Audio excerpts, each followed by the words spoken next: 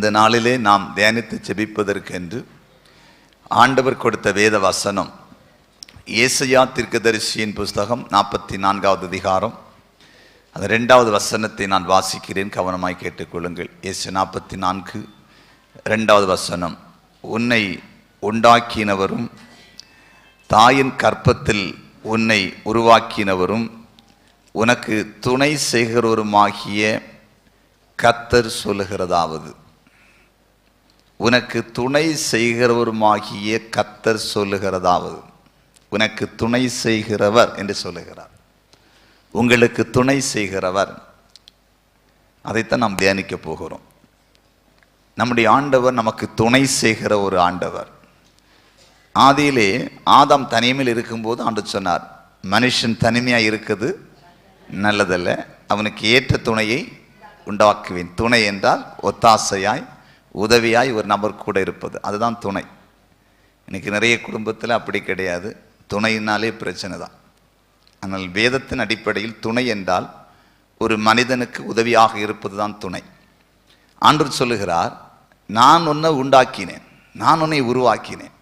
உன்னை உண்டாக்கிவிட்டு உருவாக்கிவிட்டு விட்டு விட்டு போகிற தேவன் அல்ல. நான் என்ன செய்கிறேன் என்று சொன்னால் உனக்கு துணை நிற்பேன், நான் உனக்கு துணை நிற்பேன், நான் உனக்கு உதவி செய்வேன் அப்படின்னு ஆண்டவர் சொல்லுகிறார். ஏசாயா 41வது அதிகாரத்திலே 13வது வசனத்திலே வாசிக்கும் பொழுது ஏசாயா 41:13 சொல்லுகிறது. ஆண்டவர் சொல்லுகிறார், அதாவது உன் வலது கையை பிடித்து நான் பயப்படாதே உனக்கு துணை நிற்கிறேன் என்று சொல்லுகிறேன் என்று சொல்லுகிறார். எப்படி அவர் சொல்லுகிறார்? எப்படி துணை நிற்கிறாராம்? நம்முடைய வலது கையை பிடித்து கொள்ளுகிறாராம் ஆண்டவர்.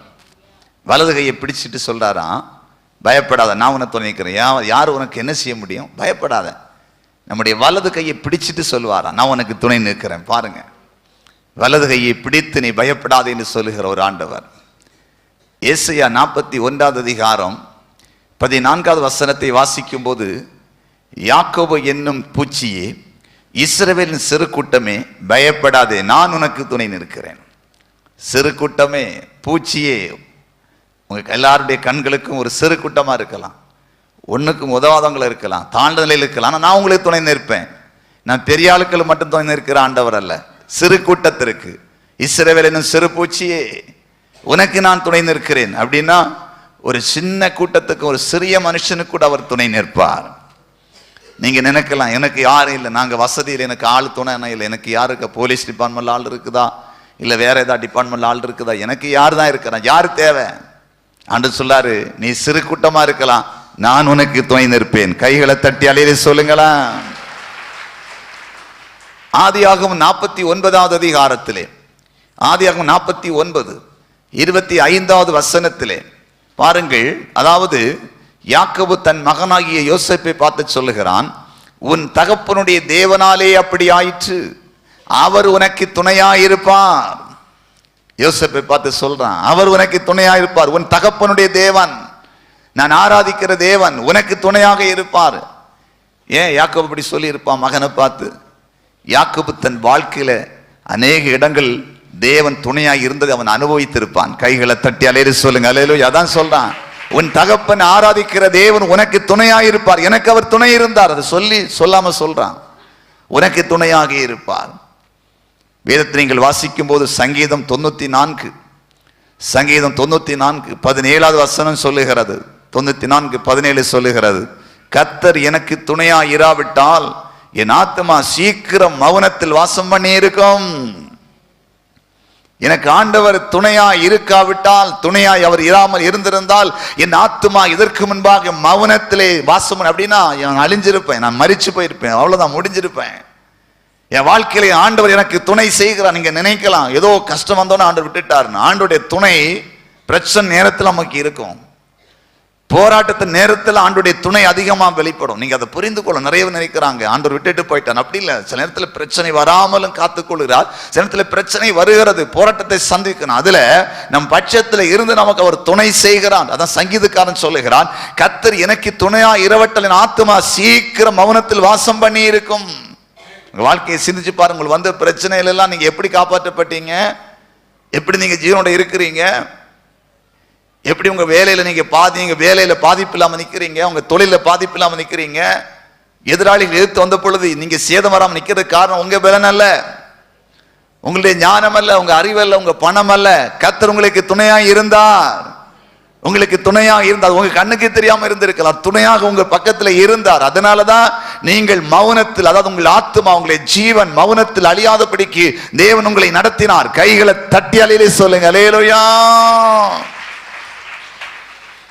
சங்கீதம் 63 7வது வசனம் சொல்லுகிறது, நீர் எனக்கு துணையா இருந்ததினால் உமது செட்டைகளின் நிழலிலே களி கூறுகிறேன். சங்கீதக்காரன் சொல்லுகிறார், நீர் எனக்கு துணையா இருந்தீர், அதனால்தான் இப்போது நான் உம்மிடத்திலே வந்து உமக்குள்ளாக மறைந்து நின்று நான் உம்மை மகிழ்ந்து களி கூர்ந்து ஆராதித்துக் கொண்டிருக்கிறேன். நீர் எனக்கு துணையா இராவிட்டால் நான் இன்னைக்கு இந்த இடத்துல இருந்திருக்க முடியாது. சங்கீதக்காரன் சொல்லுகிறார், நீர் எனக்கு துணையா இருந்ததினால் உமது செட்டைகளின் நிழலிலே வந்து களி கூறுகிறேன். கைகளை தட்டி அலையிலே சொல்லுங்க அல்லேலூயா. கர்த்தர் துணையா இருந்தால்தான் இன்னைக்கு களி கூர்ந்து இருக்கீங்க, மகிழ்ச்சியா இருக்கீங்க. எத்தனை காலம் துக்கமா இருந்தீங்க, வேதனையோடு இருந்தீங்க, உபத்திரவத்தில் இருந்தீங்க, சாட்சியில் எல்லாம் கேட்டீங்கல்லவா? எப்படி அந்த துக்கங்கள் மாறினது, எப்படி நமக்கு சந்தோஷம் உண்டானது, எப்படி பிரச்சனை முடிவுக்கு வந்தது, எப்படி வழக்கு ஒரு முடிவுக்கு வந்தது, எப்படி கடன் பிரச்சனை ஒரு முடிவுக்கு வந்தது, எப்படி நம்முடைய வாழ்க்கையில் ஒரு மேன்மை உண்டானது. கர்த்தர் துணையாக இருந்தார். அதனாலதான் நாம் இன்றைக்கு துக்கத்திலிருந்து சந்தோஷமாய் மாறி இருக்கிறோம். கைகளை தட்டி அலையிலே சொல்லுங்க அல்லேலூயா. வேதத்தில் ஆண்டவர் துணை நின்ற சில இடங்களை உங்களுக்கு நான் சுட்டிக்காட்ட விரும்புகிறேன். முதலாவது யாத்திராகமம் 14வது அதிகாரம் 25வது வசனத்தை வாசிக்க கேட்போம். யாத்திராகமம் 14:25வது வசனத்தை வாசிக்க கேட்போம். அவர்களுடைய ரதங்களிலிருந்து உருளைகள் கழலவும், அவர்களுடைய ரதங்களிலிருந்து உருளைகள் கழலவும், அவர்கள் தங்கள் ரதங்களை வருத்தத்தோடு நடத்தவும் பண்ணினார். அவர்கள் ரதங்களை வருத்தத்தோடு நடத்தவும் பண்ணினார். அப்பொழுது எகிப்தியர் இஸ்ரவேலரை விட்டு ஓடி போவோம், இஸ்ரவேலரை விட்டு ஓடி போவோம், கர்த்தர் அவர்களுக்கு துணை நின்று, கர்த்தர் அவர்களுக்கு துணை நின்று எகிப்திற்கு விரோதமாய் யுத்தம் பண்ணுகிறார் என்றார்கள். எகிப்திற்கு விரோதமாய் யுத்தம் பண்ணுகிறார் என்றார்கள். கைகளை தட்டி அலையிலே சொல்லுங்கள் அல்லேலூயா. கர்த்தர் இஸ்ரவேலுக்கு துணை நிற்கிறார். இப்ப எகிப்தியர் சொல்லுகிறார்கள், இஸ்ரவேலருக்கு கர்த்தர் துணை நிற்கிறார், நமக்கு விரோதமாய் யுத்தம் பண்ணுகிறார். பாருங்க, இஸ்ரவேலருக்கு துணை நிற்கும் பொழுது என்ன நடந்தது? யாத்திராகமம் 14:24 வாசிப்போம். 14:24 வாசிக்க கேட்போம். கிழக்கு வெளுத்து வரும் ஜாமத்தில், கிழக்கு வெளுத்து வரும் ஜாமத்தில் கர்த்தர் அக்கினியும் மேகமான ஸ்தம்பத்திலிருந்து, கர்த்தர் அக்கினியும் மேகமான ஸ்தம்பத்திலிருந்து எகிப்தியரின் சேனையை பார்த்து, எகிப்தியரின் சேனையை பார்த்து அவர்கள் சேனையை கலங்கடித்து, அவருடைய சேனையை கலங்கடித்தார். பாருங்க, கர்த்தர் நமக்கு துணையா இருக்கும்போது நம்முடைய எதிரிகளுடைய சேனைகள் எல்லாம் கலங்கடிக்கப்படும். கைகளை தட்டி அலையிறதுதான் அடையாளம். நீங்க கேட்பீங்க, எப்படி துணையா இருக்கிறாரா ஆண்டவர்? எனக்கு பக்கத்துல ஈட்டியும் கம்பம் வச்சு நிக்கிறாரா, இல்ல ஒரு அரிவாளை வச்சுட்டு வரவனை வெட்டுறதுக்கு நிக்கிறாரா? அது வேற பக்கம். அதுக்கு அர்த்தம் என்னன்னா, அது அழகா எழுதப்பட்டிருக்கு. எப்படி அவர் நமக்கு துணை நிற்கிறது அறிய முடியும்னா, எதிரிகளுடைய சேனைகள் எல்லாம் கலங்கும், கலங்கடிக்கப்படும். சேனையா வருவாங்க, எதிர்த்து ஒரு கூட்டமா வருவாங்க, ஒரு பெரிய கூட்டமா நமக்கு விரோதமா வந்து நிற்பாங்க. வேலை செய்யற இடத்துல, தொழில் செய்யற இடத்துல, நீங்கள் வீடு கட்டி குடியிருக்கிற இடத்துல, நீங்கள் ஊழியம் செய்யற இடத்துல வந்து நிற்பாங்க. ஆனால் கர்த்தர் உங்களுக்கு துணை நிற்கும் போது உங்கள் கண்கள் காணும் எதிரிகளுக்குள்ள ஒரு கலக்கம், கலங்கடிக்குதல், குழப்பம், பிரிவினை, போராட்டம் எல்லாம் அப்படி அவங்க வாழ்க்கையில உண்டாகிறதா கர்த்தர் உங்கள் பட்சத்தில் துணை செய்ததுக்கு அடையாளம். கைகளை தட்டி அலையிலே சொல்லுங்க அல்லேலூயா. இதை நீங்கள் இன்று முதல் பார்க்க போகிறீர்கள். கர்த்தர் உங்கள் வாழ்க்கையிலே துணை நிற்பதற்கு அடையாளத்தை நீங்கள் பார்க்க போறீர்கள். சில வேளையிலே காரணம் இல்லாமல் ஒரு பெரிய கூட்டம் உங்களுக்கு எதிராளியாய் செயல்பட்டு கொண்டிருக்கலாம். ஆனால் ஆண்டவர் தீர்க்க தரிசனமாய் சொல்லுகிறார், அந்த சேனைகள், சேனைன்னா யுத்த வீரர்கள், அந்த சேனை உங்க கண்களுக்கு ராணுவ வீரரை போல நிற்கிற அந்த பலசாலிகளுக்குள்ள ஒரு கலங்கடிக்கிறது உண்டாக போகிறது. கைகளை தட்டி கலங்கடிக்கப்படுவாங்க. நீங்கள் உடனே புரிவீர்கள், ஓ, எங்களுக்கு விரோதமாய் நின்ற ஜனங்களுக்கு விரோதமாய் கர்த்தர் யுத்தம் பண்ணி இருக்கிறார், எங்களுக்கு ஆதரவாய் செயல்பட்டு இருக்கிறார், எங்களுக்கு துணை நின்றிருக்கிறார் என்பதை நீங்கள் கண்டு கர்த்தரை மகிமைப்படுத்த போகிறீர்கள். ஒரு அல்லேலூயா சொல்லுங்கள் அல்லேலூயா. அந்த யாத்திராகமம் 14வது அதிகாரம் 25 வசனத்துல பாருங்க, ஆரம்பத்தை உன்னோட வாசிக்கலாம். அவர்களுடைய ரதங்களிலிருந்து உருளைகள் கழலவும், அவர்களுடைய ரதங்களிலிருந்து உருளைகள் கலரவா, அவர்கள் தங்கள் ரதங்களை வருத்தத்தோடு நடக்க பண்ணினார் எதிரிகளை. அதான் அதுக்கப்புறம் தான் சொன்னாங்க, நமக்கு துணை இல்லை ஆண்டவர், அவங்களுக்கு துணை நிற்கிற நமக்கு எதிராயுத்தம் பண்றாரு. நமக்கு ஆண்டவர் துணை நிற்பதை எப்படி பார்க்க முடியும்னா, நம்முடைய எதிராளிகள்லாம் வருத்தத்தோடு நடப்பாங்க. அல்லேலூயா. நாம வருத்தத்தோடு நடக்கணும். கிறிஸ்துவ அறிந்தவங்களுக்கு தான் நிறைய பேருக்கு வருத்தம். ஏப்பா நடக்க முடியலையே, குந்தி குந்தி நடக்கிறோமே, ஒரு ஆள் பிடிச்சு தூக்கி விட மாட்டாங்களா, ஐயோ அப்படின்னு சொல்றேன். ஒன்றை நான் சொல்றேன், நீங்க கிறிஸ்துக்குள்ள இருக்கனால உங்களுக்கு ஒன்றும் ஆக போறதில்ல. உங்களுக்கு கர்த்தர் துணை நிற்க போகிறார். உங்கள் எதிராளிகள் வருத்தத்தோடு நடப்பார்கள். அல்லேலூயா சொல்லுங்க, அல்லேலூயா. ஏன்னா அவர் உங்களுக்கு துணை நிற்பதற்கு அது அடையாளம், துணை நிற்பதற்கு அடையாளம். அவங்க ஏன் வருத்தம் நடக்கிறாங்க? ரதத்தினுடைய உருளைகளை கலல பண்ணினார் பாருங்க.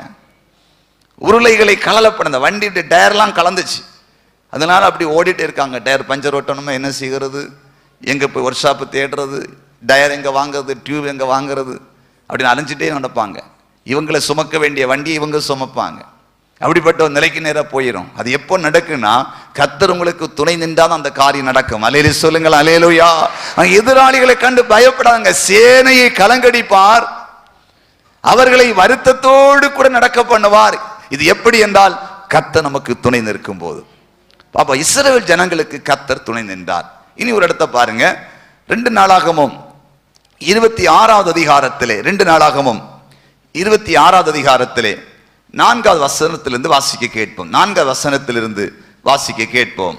அவன் தன் தகப்பனாகிய அமத்சியா செய்தபடியெல்லாம், அவன் தன் தகப்பனாகிய அமத்சியா செய்தபடியெல்லாம் கர்த்தரின் பார்வைக்கு செம்மையானதை செய்து, கர்த்தருடைய பார்வைக்கு செம்மையானதை செய்து, தேவனுடைய தரிசனங்களில் புத்திமானாயிருந்த, தேவனுடைய தரிசனங்களில் புத்திமானாயிருந்த சகரியாவின் நாட்களிலே தேவனை தேட மனதிணங்கி இருந்தான். அதாவது உசியா ராஜாவை பற்றி எழுதப்பட்டிருக்கிறது. அவன் என்ன செய்தானாம்? சகரியாவின் நாட்களிலே தேவனை தேட மனதிணங்கி இருந்தான். அவன் கர்த்தரை தேடின நாட்களில், அவன் கர்த்தரை தேடின நாட்களில் தேவன் அவன் காரியங்களை வாய்க்க செய்தார். தேவன் அவனுடைய காரியங்களை வாய்க்க பண்ணினார். அவன் புறப்பட்டு போய் பெலிஸ்தரோடு யுத்தம் பண்ணி, அவன் புறப்பட்டு போய் பெலிஸ்தரோடு யுத்தம் பண்ணி, காத்தின் அலங்கத்தையும் காத்தின் அலங்கத்தையும் யப்னேயின் அலங்கத்தையும் யப்னேயின் அலங்கத்தையும் அஸ்தோத்தின் அலங்கத்தை இடித்து போட்டு, அஸ்தோத்தின் அலங்கத்தை இடித்து போட்டு, அஸ்தோத் நாட்டிலும் பெலிஸ்தருக்குள்ளும் பட்டணங்களை கட்டினான்.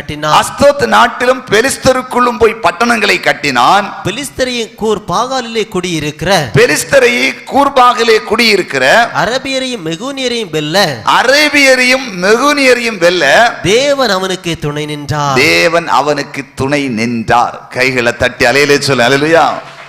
உசியா ராஜா, அதாவது யூத ராஜாவாக, யூத ஜனத்துக்கு ராஜாவா இந்த உசியாவுக்கு விரோதமாய் எதிராளிகள் வருகிறார்கள். கர்த்தர் அவனுக்கு துணை நின்றபடினால் அவன் தன் எதிராளிகளை எல்லாவற்றையும் வென்றான். என்றால் அவர்களை வெல்லுவதற்கு, மேற்கொள்வதற்கு கர்த்தர் துணை நின்றார். கைகளை தட்டி அல்லேலூயா சொல்லுங்க, அல்லேலூயா. எத்தனை எதிராளிகள் வந்தாலும் அவர்களை மேற்கொள்வதற்கு கர்த்தர் துணை நிற்பார். நீங்கள் எரேமியாவின் புஸ்தகம் 1வது அதிகாரத்திலே அதன் கடைசி வசனத்தை நீங்க வாசிச்சீங்க பார்த்தீங்கன்னா பாருங்க. எரேமியாவின் புஸ்தகத்திலே 1வது அதிகாரம் அதன் கடைசி வசனத்தை வாசிக்க கேட்போம். அவர்கள் அவர்கள் உனக்கு விரோதமாய் யுத்தம் பண்ணுவார்கள், ஆனாலும் உன்னை மேற்கொள்ள மாட்டார்கள். ஆனாலும் உன்னை மேற்கொள்ள மாட்டார்கள். உன்னை ரட்சிக்கும்படிக்கு நான் உன்னுடனே இருக்கிறேன். உன்னை ரட்சிக்கும்படிக்கு நான் உன்னுடனே இருக்கிறேன் என்று கர்த்தர் சொல்லுகிறார். உனக்கு கூட இந்த துணை செய்கிறேன், அதான் சொல்றாரு. உனக்கு விரோதமா யுத்தம் பண்ணுவாங்க, ஆனா என்ன செய்ய மாட்டாங்களா? என்ன செய்ய மாட்டாங்க? மேற்கொள்ள மாட்டாங்க. உங்க வாழ்க்கையில் எப்படி நடந்திருக்குதா? ஆண் வருவாங்க சீரி சிங்கத்தை போல. இப்ப பாரு, உன்னை அழிச்சிரும், குடும்பத்தை அழிப்பேன்னு. அழிச்சிருக்காங்களா? அழிக்க ஒப்பு கொடுத்தாரா? யார் அழிஞ்சிருக்குது? அதுக்கு அடையாளம் என்ன? என்ன சொல்றாரு? உனக்கு ரொம்ப யுத்தம் பண்ணுவாங்க, மேற்கொள்ள மாட்டாங்க, உன்னை ஜெயிக்க மாட்டாங்க, ஆன்னு சொல்லுவாங்க, இன்னும் பாருன்னு சொல்லுவாங்க, உன்னை அழிச்சிருன்னு சொல்லுவாங்க. வாய் தான், செயலால செய்ய முடியாது. நான் உங்க கூட இருக்கிறேன், உங்களை காப்பாற்றுவதற்கு, உங்களை ரட்சிப்பதற்கு நான் உங்களுக்கு துணை நிற்கிறேன் என்று சொல்லுகிறார். கைகளை தட்டி அல்லேலூயா சொல்லுங்க, அல்லேலூயா. அப்ப உசியா ராஜாவுக்கு கர்த்தர் துணை நின்றார்.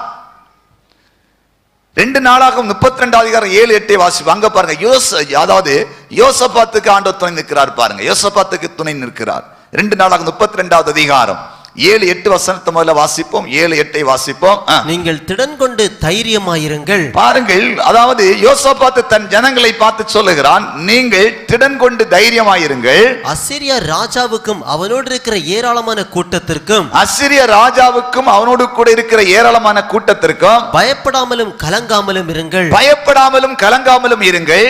அவனோடு இருக்கிறவர்களை பார்க்கலும் நம்மோடு இருக்கிறவர்கள் அதிகம். அவனோடு இருக்கிறவர்களை பார்க்கலும் நம்மோடு இருக்கிறவர்கள் அதிகம். அதிகம், அவனோடு இருக்கிறது மாம்ச புயம், அவர்களோடு இருப்பது மாம்சத்தின் பலம். நமக்கு துணை நின்று, பாருங்க என்ன சொல்றான், நமக்கு துணை நின்று. நல்ல பைபிள் வசனத்துல ரொம்ப கவனமா கேளுங்க, பாருங்க. நமக்கு துணை நின்று நம்முடைய யுத்தங்களை நம்முடைய யுத்தங்களை நடத்த நம்மோடு இருக்கிறவர் நம்முடைய தேவனாகிய கர்த்தர் தானே என்று சொல்லி, நம்முடைய தேவனாகிய கர்த்தர் தாமே என்று சொன்னான். எப்படி சொல்லுகிறான்? நம்மோடு கூட இருந்து நம்முடைய யுத்தங்களை நடப்பிக்க போகிறது நம்முடைய தேவனாகிய கர்த்தர். நமக்கு துணை நின்று யுத்தங்களை நடப்பிக்க போறாரு.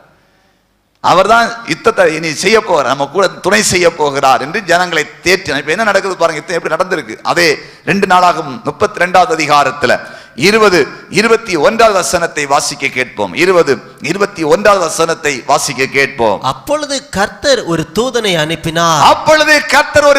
அனுப்பினார். அவன் அசீரியருடைய ராஜாவின் பாளையத்தில் உள்ள அசீரிய ராஜாவுடைய பாளையத்திற்குள்ளே சகல பராக்கிரமசாலிகளையும் தலைவரையும் சேனாதிபதிகளையும் அதம் பண்ணினான். அழிச்சான். எப்படி யுத்தம் பண்ணாரு? இங்க யோசபாத்து சொன்னான், நமக்கு துணை நிற்க போறார் ஆண்டவர் யுத்தம் பண்றதுக்கு. இவங்க ஜெபம் பண்ணும்போது ஏசாயாவும் எசேக்கியா ராஜாவும் 2 இணைந்து ஜெபிக்கும் போது தேவன் ஒரு சங்கார தூதனை, கொல்வதற்கான தூதனை அனுப்பினார். அவன் போய் அசீரிய ராஜாவுடைய பாளையத்துக்குள்ள எல்லா பராக்கிரமசாலிகளை, சேனை தலைவரெல்லாம் நைட்டு கொண்டு அடிச்சு கொண்டான். எல்லாத்தையும் அழித்தான், வெட்டி வீழ்த்தினான். முடிந்து போனது.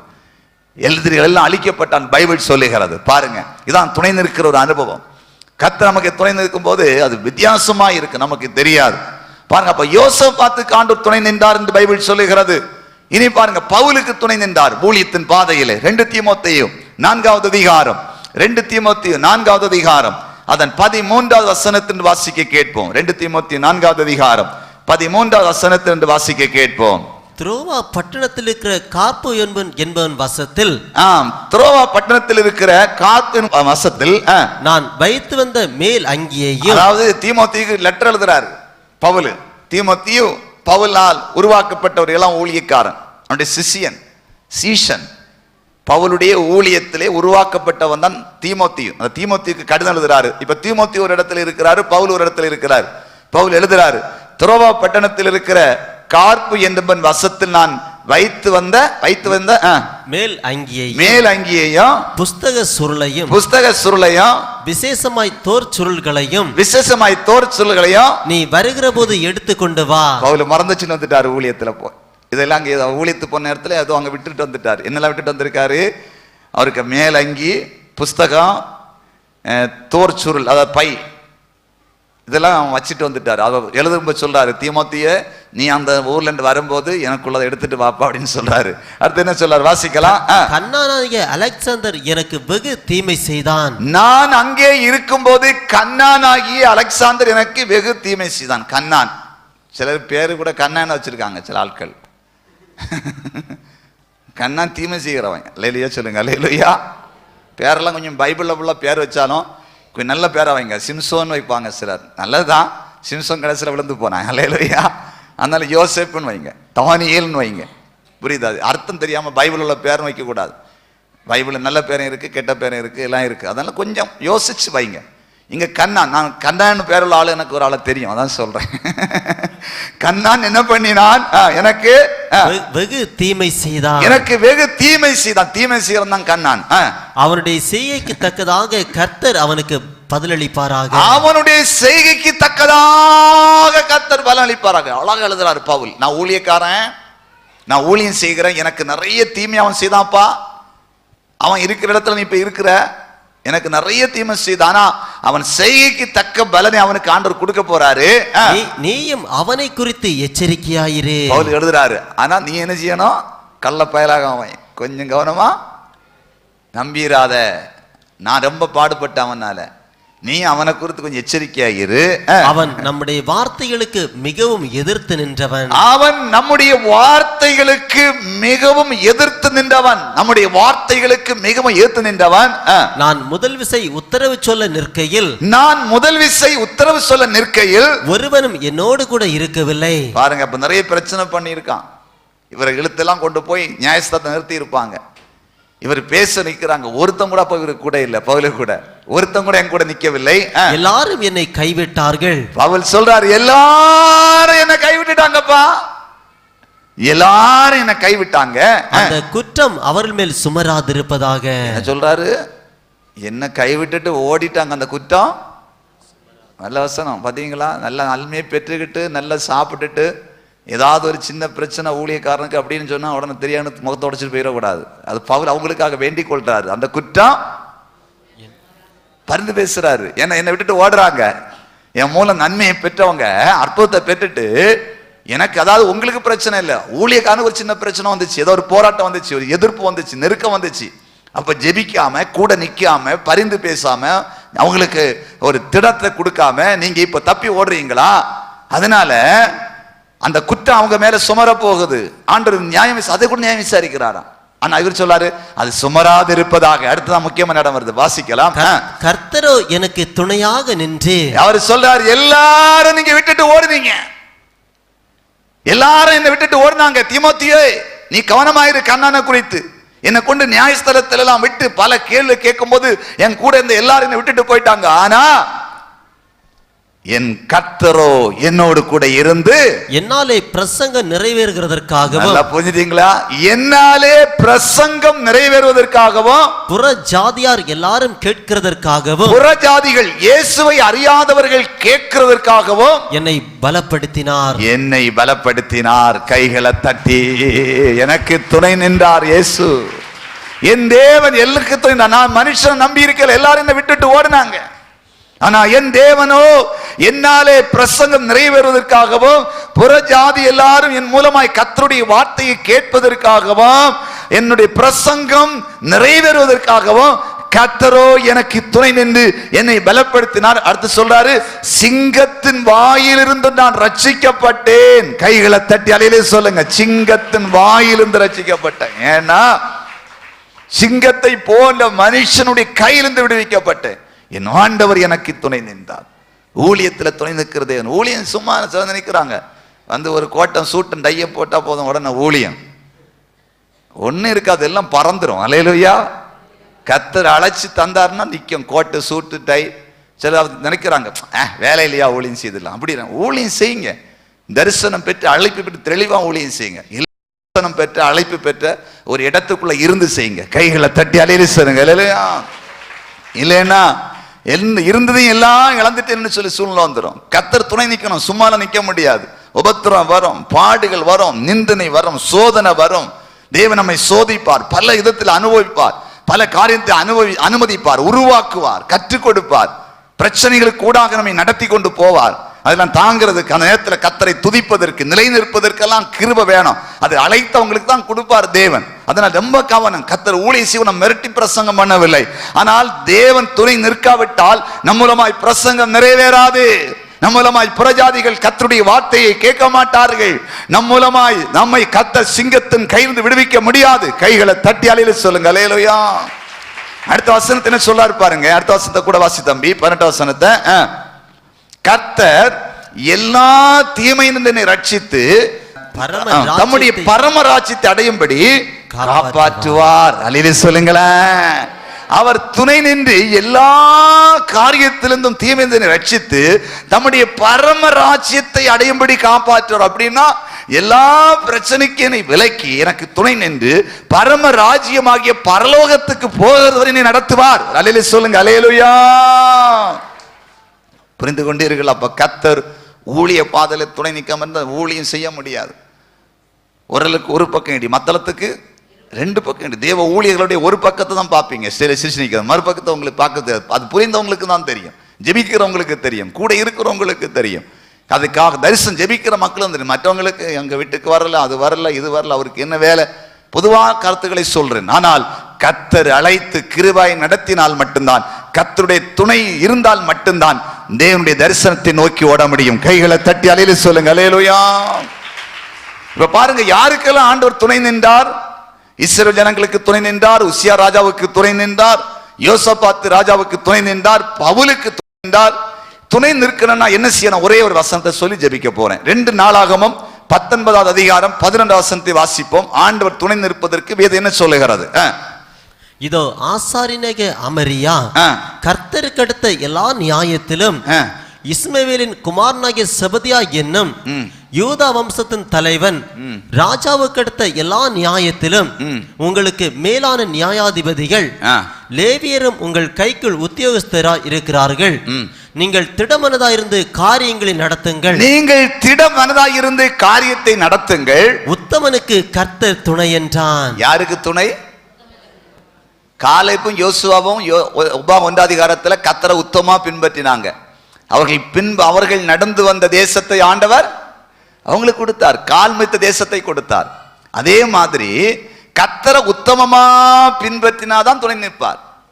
உத்தமானா மனசாட்சியின்படியும் தேவனுக்கு முன்பாகவும் தேவனை உண்மையா நம்ம வாழ்க்கையை ஒப்பு கொடுத்து அவரை ஆராதிச்சு அவர்களுடைய வசனத்தின்படி நம்ம வாழ்க்கையை நடத்தினாதான் துணை நிற்பார்.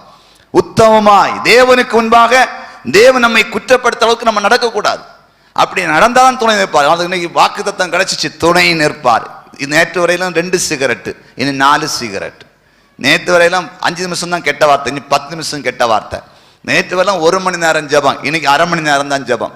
நேற்று வரையிலும் மாசத்துக்கு ஒரு கணக்கு வச்சிருப்பாங்க, ஞாயிற்றுக்கிழமை ஒரு ஆராதனை, அப்புறம் ஏதாவது ஒரு வாரில் வெள்ளிக்கிழமை சவணம், வாரத்துக்கு 6 கூட்டம். இனி இந்த மாசம் ஆண்டு துணை நிற்பேன்னு சொல்லியாச்சு, இனி 4 கூட்டம் தான். பாப்பாரு நல்ல துணை நிற்பேன். அல்லேலூயா. கர்த்தர் துணை நிற்கணும்னா அவர் துணை நிற்கிறதுக்கு ஏற்றபடி உத்தமனா இருக்கணும். உலகம் என்னன்னு சொல்லிட்டு போட்டோம், உலகம் பலதும் பேசும், உலகத்தை பார்க்காதீங்க. தேவன் உங்களுக்கு என்ன சொல்லுகிறார்? தேவன் உங்கள் செய்கிற காரியத்தை ஏற்றுக்கொள்ளுகிறாரா? வசனத்தில் நீங்க செய்த அதை பார்த்து ஒரு சுத்த மனசாட்சியோடு சந்தோஷமாய் உங்கள் வாழ்க்கை இருக்குமானால் நான் தெளிவாய் உங்களுக்கு சொல்லுகிறேன், எந்த சூழ்நிலையிலும் கர்த்தர் உங்களுக்கு துணை நிற்பார். கைகளை தட்டி அலையில சொல்லலுயா. ஒருவன் உங்களை சேதப்படுத்த முடியாது. உங்கள் வியாபாரத்தை ஒருவன் சேதப்படுத்த முடியாது. உங்கள் தொழிலை சேதப்படுத்த முடியாது. உங்கள் குடும்பத்தை சேதப்படுத்த முடியாது. உங்கள் வீட்டை சேதப்படுத்த முடியாது. உங்கள் ஊழியத்தை சேதப்படுத்த முடியாது. யார் சேதப்படுத்த நினைக்கிறார்களோ அவர்கள் சேதப்படுவார்கள். கைகளை தட்டி அலையில சொல்லுங்க அல்லேலூயா. ஏனென்றால் வானத்தையும் பூமியையும் படைத்த கர்த்தர் உங்களுக்கு துணை நிற்கிறார். கைகளை தட்டி அலையில சொல்லுங்க அல்லேலூயா. இஸ்ரவேல் என்னும் சிறு கூட்டமே பயப்படாதே, நான் உனக்கு துணை நிற்கிறேன். உன்னை பாருங்க, அழகா வசனம் சொல்லுகிறது. ஏசாயா 44:2 உன்னை உண்டாக்கினவரும் தாயின் கற்பத்தில் உன்னை உருவாக்கினவரும் உனக்கு துணை செய்கிறவருமாகிய கர்த்தர் சொல்லுகிறதாவது, உனக்கு துணை செய்கிற கர்த்தர் சொல்லுகிற அழகா வசனம் ஆணித்தனமா சொல்றாரு. உனக்கு துணை செய்கிற கர்த்தர் நான் சொல்றேன். இன்று முதல் ஆண்டவருடைய துணை உங்களுக்கு இருக்கும். எழுப்பி நிற்போமா? ஜெபிக்க போகிறோம். ஹல்லேலூயா. தூரா ஷகா ரபா லபா. என் அன்பு சகோதர சகோதரிகளை, எல்லாராலும் கைவிடப்பட்டு வந்திருக்கிறீர்களோ? என் அண்ணன் என்னை கைவிட்டு விட்டான், என் தம்பி என்னை கைவிட்டு விட்டான், என்னுடைய மாமா என்னை கைவிட்டு விட்டார், அவர்களை நம்பி இருந்தேன் என்று கலங்கி வந்திருக்கிறீர்களோ? எல்லாரும் எதிராய் சேனையாய் வந்து நிற்கிறார்களோ? உங்களை வாழவிட மாட்டேன், அழிப்பேன், இடத்தை விட்டு விரட்டி விடுவேன், ஊரை விட்டு விரட்டி விடுவேன், உன்னுடைய வியாபாரத்தை இந்த இடத்தை செய்யவே விட மாட்டேன், உன் தொழிலை செய்ய விட மாட்டேன் மிரட்டி நிற்கிறார்களோ? பிசாசு உங்களை பார்த்து பேசுகிறானோ, பார், நீ ஆசீர்வதிக்கப்பட முடியாது, உன் குடும்பத்தை நான் வாழ விட மாட்டேன், உன் குடும்பத்தை நான் விட்டு விட்டு போக மாட்டேன் என்று சொல்லி அவனும் மிரட்டி கொண்டு நிற்கிறானோ? ஆண்டவர் சொல்லுகிறார், இஸ்ரவேல் என்னும் சிறு கூட்டமே, சிறு கூட்டமே பயப்படாதே, சிறு மந்தையே பயப்படாதே, நான் உனக்கு துணை நிற்கிறேன், நான் உனக்கு துணை நிற்கிறேன். பாருங்கள், யாக்கோபு யோசேப்பை பார்த்து சொல்லுகிறான், அவர் உன் தகப்பனுடைய தேவன் உனக்கு துணை நிற்பார். தகப்பன், என் தகப்பனுடைய, உன் தகப்பனுடைய தேவன் உனக்கு துணை நிற்பார். தேவ பிள்ளைகளே, ஆபிரகாமின் தேவன், ஈசாக்கின் தேவன், யாக்கோபின் தேவன், நம்முடைய முற்பிதாக்களுடைய தேவன் உங்களுக்கு எனக்கும் துணை நிற்க போகிறார். கவலைப்படாதிருங்கள், கவலைப்படாதிருங்கள். உங்களுக்கு எதிராய் நிற்கிற கூட்டம் எவ்வளவு பலசாலியாய் இருக்கலாம், பெரிய கூட்டமா இருக்கலாம், படித்த கூட்டமாய் இருக்கலாம், அறிவு பெற்ற கூட்டமாய் இருக்கலாம், பணம் படைத்த கூட்டமாய் இருக்கலாம், பயப்படாதே, உனக்கு கர்த்தர் துணை நிற்கிறார். அதனால் அவர்களுடைய சேனைகள் கலங்கடிக்கப்படும், அவர்கள் கலங்குவார்கள், வருத்தத்தோடு அவர்கள் நடப்பார்கள். ஏனென்றால் கர்த்தர் உனக்கு துணை நிற்க போகிறார், உன் குடும்பத்திற்கு துணை நிற்க போகிறார், உன் வியாபாரத்துக்கு துணை நிற்க போகிறார். உனக்காக துணை நிற்க போகிறார். இயேசு இன்று முதல் துணை நிற்பார். நிச்சயமாய் ஒருவனை உன்னை அசைக்க முடியாது, ஒருவன் உன்னை தொட முடியாது. உன் குடும்பம் மேலாக வரும், உன் வியாபாரம் செழிக்கும், உன் தொழில் செழிக்கும், நீ நினைத்த காரியம் நடக்கும் நடக்கும் நடக்கும். வானத்தையும் பூமியும் படைத்தவர் உங்களுக்கு துணை செய்ய போகிறார், துணை செய்ய போகிறார். நீர் எனக்கு துணையா இருந்ததினால் உமது செட்டையின் நிழலே களி கூறுகிறேன். தேவ பிள்ளைகளே, கர்த்தர் துணையாக இருக்க போகிறார். தேவனுடைய செட்டைகளாகிய ஆலயத்தில் வந்து களி கூற போகிறீர்கள், மகிழ்ச்சி அடைய போகிறீர்கள், சந்தோஷம் அடைய போகிறீர்கள். இயேசு எனக்கு துணை செய்தார், எனக்கு உதவி செய்தார், எனக்கு பணத்தை கொடுத்தார், எனக்கு தொழிலுக்கு வாகனத்தை கொடுத்தார், கர்த்தர் எல்லாவற்றையும் எனக்கு செய்தார் என்று கர்த்தருடைய செட்டைகளின் மறைவிலே வந்து நீங்கள் களி கூற போகிறீர்கள், மகிழ்ச்சி அடைய போகிறீர்கள். உங்கள் இருதயத்திலே கர்த்தர் சந்தோஷத்தை வைக்க போகிறார். இனி உங்களுக்கு துக்கம் இல்லை, இனி உங்களுக்கு துயரம் இல்லை. அற்புதம் நடக்கிறது, அற்புதம் நடக்க. எல்லாரும் கைகளை தட்டி இயேசுவுக்கு நன்றி செலுத்துவோம். ரிகாலா தூரா ஷபா ரபா. ஆண்டவரே, உம்முடைய ஊழியக்காரனும் நீ சொன்ன வார்த்தையை நம்பி அப்ப விசுவாசத்தோடு ஜெபிக்கிறேன். எங்கள் ஜனங்களுக்கு நீர் துணை நிற்பீராக, நீர் துணை நிற்பீராக. நீ பயப்படாதே, நான் உனக்கு துணை நிற்கிறேன் என்று சொன்னவரே, உம்முடைய பிள்ளைகளுக்கு துணை நிற்பீராக, துணை நிற்பீராக. பிரச்சனைகள் முடிவுக்கு வரட்டும், பிசாசுடைய போராட்டங்கள் அழிந்து போகட்டும், வழக்குகள் முடிவுக்கு வரட்டும், எதிர்ப்புகள் பனி போல மறைந்து போகட்டும், பண கஷ்டங்கள் மறையட்டும், நன்மைகள் கடந்து வரட்டும், வியாபாரங்கள் செழிக்கட்டும், தொழில் செழிக்கட்டும், உம்முடைய பிள்ளைகள் தொழிலுக்காக வாகனங்களை வாங்கட்டும், இடங்களை வாங்கட்டும், கடைகளை கட்டட்டும். தெய்வமே, நீர் துணை நிற்பீராக, நீர் துணை நிற்பீராக. ஆண்டவர் தெளிவாய் சொல்லுகிறார், இங்கே வந்திருக்கிற அநேகருக்கு நான் துணை நிற்க போகிறேன். உங்கள் கண்கள் அதை காண போகிறது, நீங்கள் அதை பார்க்க போகிறீர்கள், நீங்கள் பார்க்க போகிறீர்கள். கர்த்தர் எனக்கு துணை நின்றார் என்று நீங்கள் சாட்சி கொடுக்க போகிறீர்கள். இது நிச்சயமாய் நடக்கும். இயேசு சொல்லுகிறார், நான் சொன்ன வார்த்தை நடக்கும். இன்று முதல் நான் அநேகருக்கு துணையாக இருக்கிறதை உங்கள் கண்கள் பார்க்க போகிறது, நீங்கள் பார்க்க போகிறீர்கள், அறிய போகிறீர்கள், அனுபவிக்க போகிறீர்கள். கர்த்தர் தீர்க்க தரிசனமாய் சொல்லுகிறார். எல்லாராலும் கைவிடப்பட்டு வந்திருக்கிறீர்களோ? என் அண்ணன் என்னை கைவிட்டு விட்டான், என் தம்பி என்னை கைவிட்டு விட்டான், என்னுடைய மாமா என்னை கைவிட்டு விட்டார், அவர்களை நம்பி இருந்தேன் என்று கலங்கி வந்திருக்கிறீர்களோ? எல்லாரும் எதிராய் சேனையாய் வந்து நிற்கிறார்களோ? உங்களை வாழவிட மாட்டேன், அழிப்பேன், இந்த இடத்தை விட்டு விரட்டி விடுவேன், ஊரை விட்டு விரட்டி விடுவேன், உன்னுடைய வியாபாரத்தை இந்த இடத்தை செய்யவே விட மாட்டேன், உன் தொழிலை செய்ய விட மாட்டேன் மிரட்டி நிற்கிறார்களோ? பிசாசு உங்களை பார்த்து பேசுகிறானோ, பார், நீ ஆசீர்வதிக்கப்பட முடியாது, உன் குடும்பத்தை நான் வாழ விட மாட்டேன், உன் குடும்பத்தை நான் விட்டு விட்டு போக மாட்டேன் என்று சொல்லி அவனும் மிரட்டி கொண்டு நிற்கிறானோ? ஆண்டவர் சொல்லுகிறார், இஸ்ரவேல் என்னும் சிறு கூட்டமே, சிறு கூட்டமே பயப்படாதே, சிறு மந்தையே பயப்படாதே, நான் உனக்கு துணை நிற்கிறேன், நான் உனக்கு துணை நிற்கிறேன். பாருங்கள், யாக்கோபு யோசேப்பை பார்த்து சொல்லுகிறான், அவர் உன் தகப்பனுடைய தேவன் உனக்கு துணை நிற்பார். தகப்பன், என் தகப்பனுடைய, உன் தகப்பனுடைய தேவன் உனக்கு துணை நிற்பார். தேவ பிள்ளைகளே, ஆபிரகாமின் தேவன், ஈசாக்கின் தேவன், யாக்கோபின் தேவன், நம்முடைய முற்பிதாக்களுடைய தேவன் உங்களுக்கு எனக்கும் துணை நிற்க போகிறார். கவலைப்படாதிருங்கள், கவலைப்படாதிருங்கள். உங்களுக்கு எதிராய் நிற்கிற கூட்டம் எவ்வளவு பலசாலியாய் இருக்கலாம், பெரிய கூட்டமா இருக்கலாம், படித்த கூட்டமாய் இருக்கலாம், அறிவு பெற்ற கூட்டமாய் இருக்கலாம், பணம் படைத்த கூட்டமாய் இருக்கலாம். பயப்படாதே, உனக்கு கர்த்தர் துணை நிற்கிறார். அதனால் அவர்களுடைய சேனைகள் கலங்கடிக்கப்படும், அவர்கள் கலங்குவார்கள், வருத்தத்தோடு அவர்கள் நடப்பார்கள். ஏனென்றால் கர்த்தர் உனக்கு துணை நிற்க போகிறார், உன் குடும்பத்திற்கு துணை நிற்க போகிறார், உன் வியாபாரத்துக்கு துணை நிற்க போகிறார், உனக்காக துணை நிற்க போகிறார். இயேசு இன்று முதல் துணை நிற்பார். நிச்சயமாய் ஒருவனை உன்னை அசைக்க முடியாது, ஒருவன் உன்னை தொட முடியாது. உன் குடும்பம் மேலாக வரும், உன் வியாபாரம் செழிக்கும், உன் தொழில் செழிக்கும், நீ நினைத்த காரியம் நடக்கும் நடக்கும் நடக்கும். வானத்தையும் பூமியும் படைத்தவர் உங்களுக்கு துணை செய்ய போகிறார், துணை செய்ய போகிறார். நீர் எனக்கு துணையா இருந்ததினால் உமது செட்டையின் நிழலே களி கூறுகிறேன். தேவ பிள்ளைகளே, கர்த்தர் துணையாக இருக்க போகிறார். தேவனுடைய செட்டைகளாகிய ஆலயத்தில் வந்து களி கூற போகிறீர்கள், மகிழ்ச்சி அடைய போகிறீர்கள், சந்தோஷம் அடைய போகிறீர்கள். இயேசு எனக்கு துணை செய்தார், எனக்கு உதவி செய்தார், எனக்கு பணத்தை கொடுத்தார், எனக்கு தொழிலுக்கு வாகனத்தை கொடுத்தார், கர்த்தர் எல்லாவற்றையும் எனக்கு செய்தார் என்று கர்த்தருடைய செட்டைகளின் மறைவிலே வந்து நீங்கள் களி கூற போகிறீர்கள், மகிழ்ச்சி அடைய போகிறீர்கள். உங்கள் இருதயத்திலே கர்த்தர் சந்தோஷத்தை வைக்க போகிறார். இனி உங்களுக்கு துக்கம் இல்லை, இனி உங்களுக்கு துயரம் இல்லை. அற்புதம் நடக்கிறது, அற்புதம் நடக்க. எல்லாரும் கைகளை தட்டி இயேசுவுக்கு நன்றி செலுத்துவோம். ரிகாலா தூரா ஷபா ரபா. ஆண்டவரே, உம்முடைய ஊழியக்காரனும் நீ சொன்ன வார்த்தையை நம்பி அப்ப விசுவாசத்தோடு ஜெபிக்கிறேன். எங்கள் ஜனங்களுக்கு நீர் துணை நிற்பீராக, நீர் துணை நிற்பீராக. நீ பயப்படாதே, நான் உனக்கு துணை நிற்கிறேன் என்று சொன்னவரே, உம்முடைய பிள்ளைகளுக்கு துணை நிற்பீராக, துணை நிற்பீராக.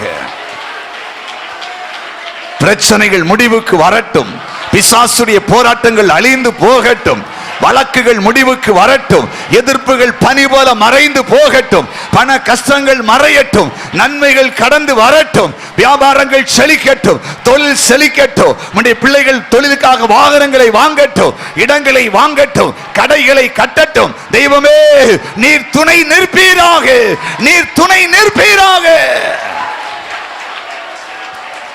ஆண்டவர் தெளிவாய் சொல்லுகிறார், இங்கே வந்திருக்கிற அநேகருக்கு நான் துணை நிற்க போகிறேன். உங்கள் கண்கள் அதை காண போகிறது, நீங்கள் அதை பார்க்க போகிறீர்கள், நீங்கள் பார்க்க போகிறீர்கள். கர்த்தர் எனக்கு துணை நின்றார் என்று நீங்கள் சாட்சி கொடுக்க போகிறீர்கள். இது நிச்சயமாய் நடக்கும். இயேசு சொல்லுகிறார், நான் சொன்ன வார்த்தை நடக்கும். இன்று முதல் நான் அநேகருக்கு துணையாக இருக்கிறதை உங்கள் கண்கள் பார்க்க போகிறது, நீங்கள் பார்க்க போகிறீர்கள், அறிய போகிறீர்கள், அனுபவிக்க போகிறீர்கள். கர்த்தர் தீர்க்க தரிசனமாய் சொல்லுகிறார். அருமையான ஒரு சகோதரன் எதிர்ப்பை கண்டு பயந்து வந்திருக்கிறீங்க, என்ன செய்வதுன்னே தெரியல. கர்த்தர் சொல்றாரு, அந்த கூட்டம் கலங்கடிக்கப்பட போகிறது. உனக்கு எதிராக நிற்கிற துன்மார்க்க கூட்டத்துக்குள்ள ஒரு குழப்பத்தை நீ பார்க்க போற, ஒரு கலக்கத்தை பார்க்க போகிற. அந்த கூட்டங்களை நீ தேடி நீ காணாதிருப்பாய். கர்த்தர் உனக்கு நியாயம் செய்கிறேன்னு சொல்லுகிறார். நான் உனக்கு துணை நின்று யுத்தம் பண்ணுகிறேன் என்று கர்த்தர் சொல்லுகிறார். நன்றி அப்பா, தொடர்ந்து பெரிய காரியங்களை செய்யும். இன்னைக்கு வந்திருக்கிற எல்லாருக்கும் துணை நின்று தொடர்ந்து ஆசீர்வதிங்க.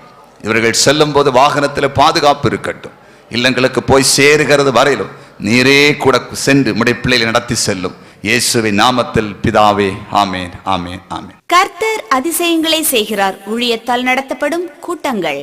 எழுப்புதல் ஓய்வு நாள் ஆராதனை. இடம் அதிசயங்களின் கூடாரம். முதல் ஆராதனை காலை 8:30 மணி முதல் 10:30 மணி வரை. இரண்டாம் ஆராதனை காலை 10:30 மணி முதல் 12:30 மணி வரை. அற்புத உபவாச ஜெபம். இடம் அதிசயங்களின் கூடாரம். நாள் எல்லா வெள்ளிக்கிழமையும். நேரம் காலை 10 மணி முதல் 1 மணி வரை. சுகமளிக்கும் ஆசீர்வாத கூட்டம். இடம் லட்சுமி நாராயணா மண்டபம், மார்த்தாண்டம். நாள் எல்லா செவ்வாய்க்கிழமையும். நேரம் மாலை 6 மணி முதல் 8 மணி வரை. அக்னி ஸ்தம்ப உபவாச ஜெபம். இடம் லட்சுமி நாராயணா திருமண மண்டபம். நாள் எல்லா மாதமும் 3வது சனிக்கிழமைகளில். நேரம் காலை 10 மணி முதல் 1 மணி வரை. தொழில் மற்றும் வியாபாரம் செய்பவர்களுக்கான ஆசீர்வாத கூட்டம். இடம் அதிசயங்களின் கூடாரம். நாள் 2வது ஞாயிற்றுக்கிழமை தோறும். நேரம் மாலை 4 மணி முதல் 6 மணி வரை. இந்த கூட்டங்களில் கலந்து கொண்டு தேவ ஆசீர்வாதம் பெற்று செல்ல அனைவரையும் அன்புடன் அழைக்கிறோம். தொடர்பு முகவரி சகோதரர் KN ராஜன், கர்த்தர் அதிசயங்களை செய்கிறார் ஊழியம், நெட்டியான் விளை, விரிகோடு அஞ்சல், குமரி மாவட்டம்.